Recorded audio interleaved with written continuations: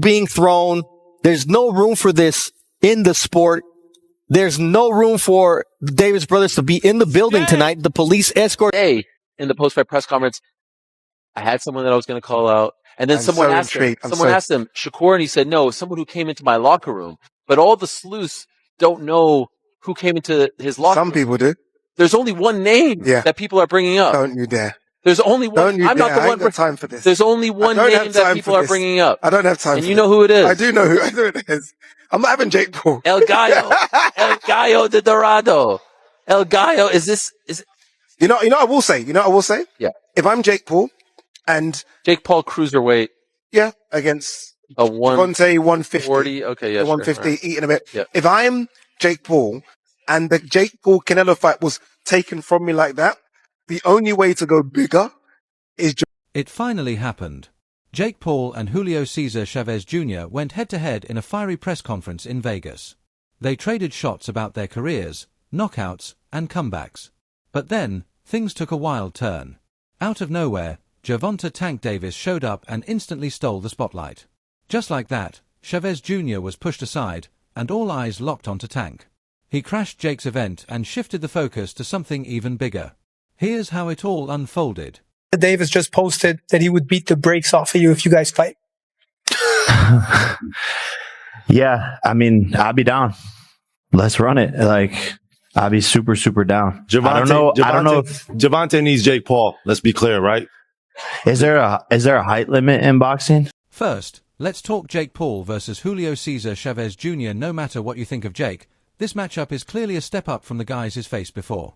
Versus Julio Cesar Chavez Jr. I think it's one of his toughest fights. It's definitely his toughest fight. Jake, I feel like, has gotten stiffed a few times this year with who his opponents were gonna be. This is what I don't understand about people hating on him. He's not fighting tomato cans. Every single person that he fought had a chance to beat him. And by the way, people believed that they were probably going to beat him every time. This guy is a real boxer. So it'll be another opportunity to show that Jake Paul is a real boxer. Chavez Jr. might be past his best days, but is still a legit former world champ who's fought top-tier opponents.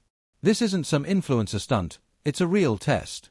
Even so, Jake Paul is entering as the favorite, which says a lot. Professional boxers. It's only been 3.5 years. You can only make a certain amount of fights happen. And the plan was always to fight Nate Diaz after Tommy Fury, win, lose, or draw. People think there's this ducking of professional boxers. The next fight could potentially be a professional boxer. I'm just getting started. I'm 26 years old, and there's only so much I can do. And honestly, it makes sense.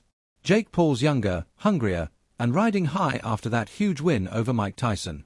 Sure, Tyson's 58, but that fight broke pay-per-view records and showed Jake can thrive in the spotlight, even against aging legends. I would think Anderson Silva would beat Jake Paul. I don't think there would be a surprise element. You know what I mean? You still need to have a balancing act here where you're playing. I think Anderson is too good. I don't think there would be a surprise element to that promotion. I think Chavez Jr. is a better name for who Anderson just beat in boxing, who is tough though. He's lazy as hell. He's probably overrated as hell. If he wasn't Chavez Sr.'s his son, he probably would go nowhere near a world title in his life. So boxing can be manipulated in that way. But he gives you a little bit more to work with because again, the element of surprise. If is he gonna show up in shape? You're worried about guys not making weight? That guy will show up not making weight. You know what I mean? Chavez Jr. knows he has a lot to prove. Critics say he's lazy, unfocused, and no longer the fighter he once was. That you made $170 million from this fight? I made a lot of money, the most money I've made ever. 60 million households, Jake. 250 million people. Bro, that is so It's all downhill from here. No, for sure. I peaked. But for Jake, this fight is just a stepping stone to an even bigger payday. And that's where Gervonta Davis comes in. What do you think of Jake? Clown. Yeah. He's a clown. Would you look at it as a joke if your team was like, yo, we want you to fight Jake Paul? Would you be like, come on, man? I'd laugh at him. You want me to fight him? You think it'll ever come to the point where you're going to mix into, you're obviously doing the real shit, but will it ever mix into the point where the money's big enough? Yeah, would you ever do a fight like that? I feel as though in my career, I can't do that. Right? Because once Jake gets past Chavez Jr., and let's be real, he probably will, Gervonta "Tank" Davis is next in line. And that's the matchup everyone's really waiting for. Gervonta's going to fight Jake Paul in November. And then we'll see what happens if there's an AJ fight. Be interested to go from Gervonta Davis to Anthony Joshua, but I don't think the Chavez fight is terrible. I think it's a smart bit. Now let's talk about the real headline. The fight everyone's buzzing about for November. Jake Paul versus Gervonta Tank Davis.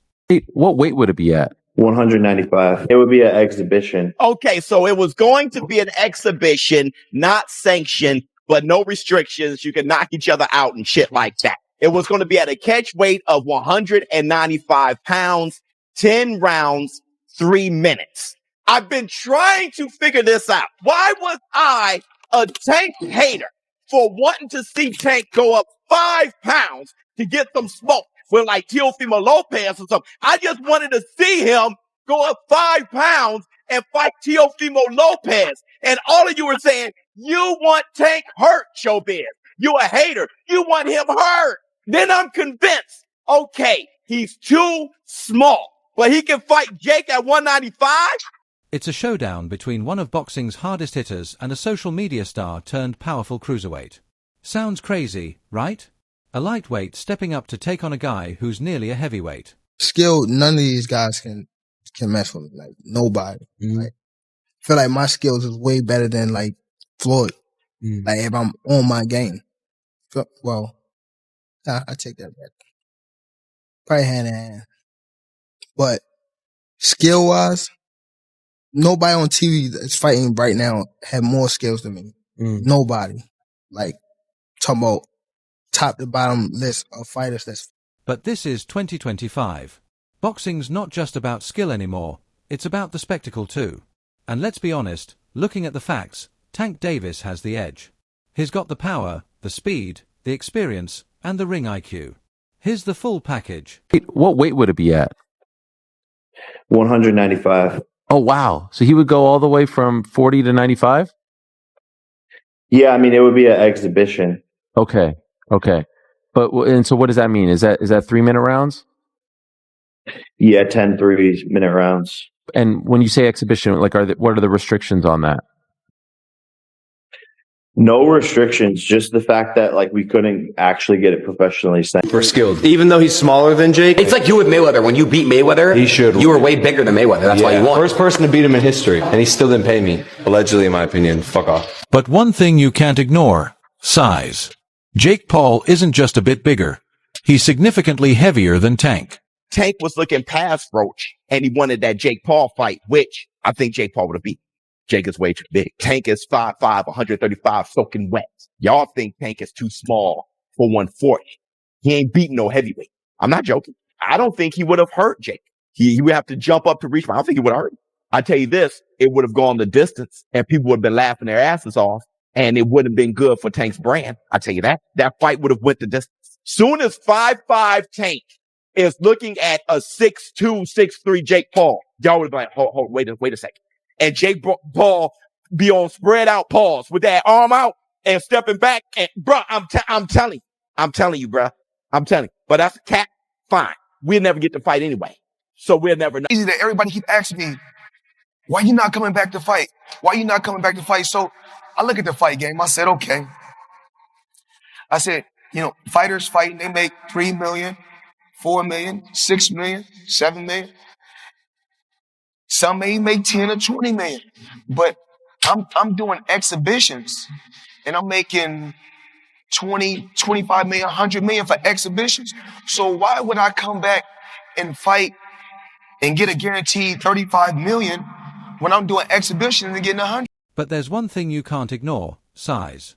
Jake Paul isn't just a bit bigger. He's a lot heavier than Tank.